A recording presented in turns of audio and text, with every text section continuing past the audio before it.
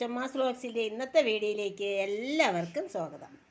നിങ്ങൾക്ക് എല്ലാവർക്കും സുഖമാണെന്ന് വിശ്വസിക്കുന്നു. എന്നോട് കാണിക്കുന്ന സപ്പോർട്ടിനായിട്ട് ഞാൻ പ്രത്യേകം നന്ദി പറയുന്നു. ആരും എൻ്റെ വീഡിയോ ഒന്നും കാണുന്നില്ല കേട്ടോ. എങ്കിലും ഞാൻ എന്നെക്കൊണ്ട് കഴിയുന്ന ദിവസങ്ങളിൽ വീഡിയോ ഇട്ട് യൂട്യൂബിനെ ബുദ്ധിമുട്ടിക്കാറുണ്ട്. നിങ്ങളെല്ലാവരും ഒന്ന് കാണണേ, മുഴുവനായിട്ട് കാണണം. ലൈക്ക് ചെയ്യണം, ഷെയർ ചെയ്യണം, കമൻ്റ് ഇടണം. സബ്സ്ക്രൈബ് ചെയ്യാത്തവർ സബ്സ്ക്രൈബ് ചെയ്യണം പ്ലീസ്. രാവിലെ ബ്രേക്ക്ഫാസ്റ്റ് എല്ലാം കഴിഞ്ഞു. അപ്പവും സോയ കറിയുമായിരുന്നു. എല്ലാം കഴിഞ്ഞതിന് ശേഷം ഒരു വരിക്കച്ചക്ക കിട്ടി, പഴം. അതിനെ മുറിച്ചു. അതാണ് നിങ്ങൾ ഈ കാണുന്നത്. 4 പീസുണ്ട് കേട്ടോ. ചെറിയ വരിക്കച്ചക്കയാണ്, പക്ഷേ നല്ല മധുരം. 4 പീസുണ്ട്. ഒരു പീസ് ഞാൻ സത്യം പറയാമല്ലോ, ഞാൻ കഴിച്ചതാണ്. വേറെ ആരും ഇല്ല കേട്ടോ ഇവിടെ.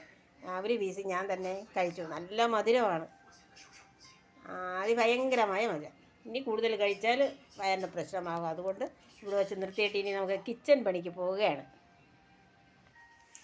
ഇന്ന് നമുക്ക് വീട്ടിൽ കിട്ടിയിരിക്കുന്ന മീൻ മത്തിയാണ്. അതൊന്ന് ഫ്രൈ ചെയ്യാമെന്ന് വിചാരിച്ചു. ഒരു പ്രത്യേക രീതിയിൽ മിക്സിയുടെ ജാറിൽ ഒന്ന് അരച്ചെടുത്ത് കുറേ പൊടികൾ, അതായത് മുളക് പൊടി, മല്ലിപ്പൊടി, ഗരം മസാലപ്പൊടി, കുരുമുളക് പൊടി, വെളുത്തുള്ളി, ഇഞ്ചി ചേർത്തില്ല, ചെറിയ ഉള്ളി കുറച്ച് എല്ലാം കൂടി മിക്സിയിൽ അരച്ച് ഒരു നുള്ളു മഞ്ഞൾപ്പൊടിയും ആവശ്യത്തിന് ഉപ്പും ചേർത്ത് കുഴച്ച് അരമണിക്കൂർ വച്ചതിന് ശേഷമാണ് ഫ്രൈ ചെയ്യുന്നത്.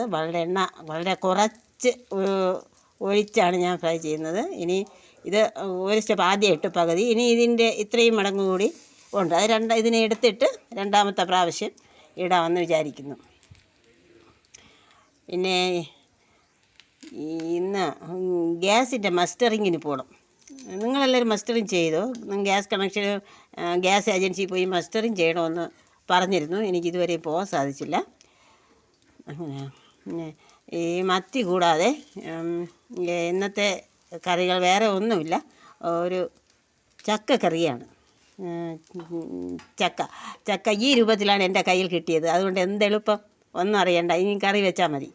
ഇതിൽ വെളുത്തുള്ളിയും ഉപ്പും ചേർത്ത് 2 വിസിൽ വരുന്നത് വരെ ഞാൻ ഗ്യാസിൽ വെച്ചിരിക്കും. അത് കഴിഞ്ഞ് തേങ്ങ, പച്ചമുളക്, ജീരകം, കറിവേപ്പില ഇത്രയും അരച്ച് കലക്കി, നല്ല കട്ടിയായിട്ട് കലക്കി ചൂടാക്കി കടുക് വറുത്തെടുക്കും. അത് ചോറിനൊഴിക്കാനും ഞാൻ ഈ ചക്കക്കറി തന്നെയാണ് ഉപയോഗിക്കുന്നത്. അതുകൂടാതെ തൈരുണ്ട്, വെളുത്തുള്ളി അച്ചാറുമുണ്ട്. കടയിൽ നിന്ന് വാങ്ങിയ റെഡിമെയ്ഡ് വെളുത്തുള്ളി അച്ചാറുണ്ട്.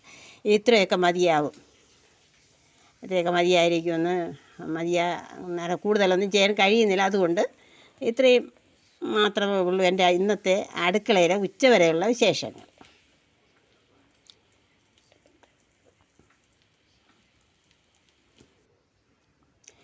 ചക്കക്കറി റെഡിയായി. കടുക് വറുത്തെടുത്തു. ചോറിൽ ഒഴിക്കാനും അല്ലാതെയും കൂട്ടാനായിട്ട് ഉപയോഗിക്കും. ഇത്രയും സമയം എൻ്റെ വീഡിയോ കണ്ടതിൽ വളരെ സന്തോഷം. അടുത്തൊരു വീഡിയോയിലൂടെ നമുക്ക് വീണ്ടും കാണാം. നന്ദി, നമസ്കാരം.